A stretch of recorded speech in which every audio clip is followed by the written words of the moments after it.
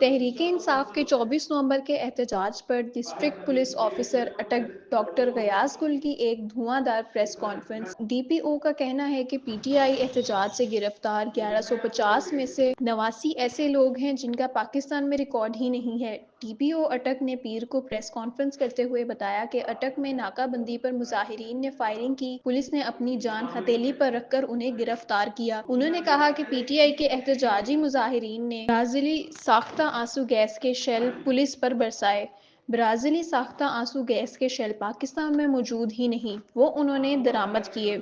D P او نے کہا کہ برازیلی ساختہ آنسو گیس کے شیلز پولیس کے پاس موجود شیلز میں سے 3 سے 4 گنا زیادہ تیز ہیں۔ مظاہرین کے ہینڈلرز پولیس کی وائرلیس فریکوئنسی بھی متاثر کرتے رہے۔ ڈی پی او غیاث گل نے کہا کہ ہم نے اٹک میں مظاہرین کو روکنے کی کوشش کی، اس دوران مظاہرین سے جھڑپیں بھی ہوئیں اور کئی افراد گرفتار کیے گئے۔ جو مظاہرین وہاں سے بھاگ رہے تھے، پولیس نے انہیں بھی گرفتار کر لیا تھا۔ ڈی پی او غیاث گل نے کہا کہ پولیس فورس ریاستی ادارہ ہے اور عوام کے جان و مال کا محافظ ہے۔ کوئی ایسا دن نہیں گزرتا جب کوئی پولیس والا شہادت پیش نہ کرے۔ پولیس کی یونیفارم غازیوں اور شہداء کی نمائندگی کرتی ہے۔ انہوں نے کہا کہ پی ٹی آئی کے احتجاج کی کال سے پورا ملک ہیجان کی کیفیت میں رہا۔ پولیس نے 700 مظاہرین کو گرفتار کیا ہے۔ 1150 میں سے 89 ایسے لوگ ہیں جن کا پاکستان میں ریکارڈ نہیں ہے۔ گرفتار کے لیے ایک شخص کے موبائل سے ویڈیو ملی۔ اس ویڈیو میں ایک شخص پولیس کی وردی پکڑے کھڑا ہے۔ ویڈیو میں ریاستی ادارے کی تذلیل کی جا رہی ہے۔ ویڈیو میں نظر آنے والے شخص کو گرفتار کیا جا چکا ہے۔ ان کا کہنا تھا کہ ہماری بدقسمتی ہے کہ آج ہم کس گراوٹ کا شکار ہیں۔ پتلون کے ساتھ تصویر بنا کر غازیوں اور شہداء کی تذلیل کی جا رہی ہے۔ ڈی پی او نے کہا کہ مظاہرین کی گاڑیوں میں موجود کین میں کیمیکل موجود تھا۔ گرفتار مظاہرین عسکری ونگ کے کارندے ہیں۔ پی ٹی آئی کے احتجاجی مظاہرین میں شامل عسکری اسکواڈ کے نمائندے 500 کی ٹولیوں میں چل رہے تھے۔